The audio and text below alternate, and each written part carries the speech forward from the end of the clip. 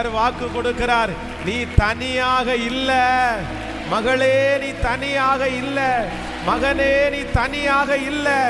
நான் உன்னோடு கூட அந்த வனாந்தரத்திற்கு வருவேன், அந்த சூழ்நிலையில வருவேன். கர்த்தர் வாக்கு கொடுக்கிறார், நான் வருவேன். நான் நம்புறேன் ஆண்டவரே, நான் நம்புறப்பா. எஸ், ஆண்டவர் இருக்கிறார், ஆண்டவர் இருக்கிறார். பாதி வழியில நிறைய பேர் கொண்டு விட்டுட்டு போகலாம், நிறைய பேர் மறந்தே போகலாம். ஆனால் ஆண்டவர் மட்டும் என் கூட கடைசி வரைக்கும்.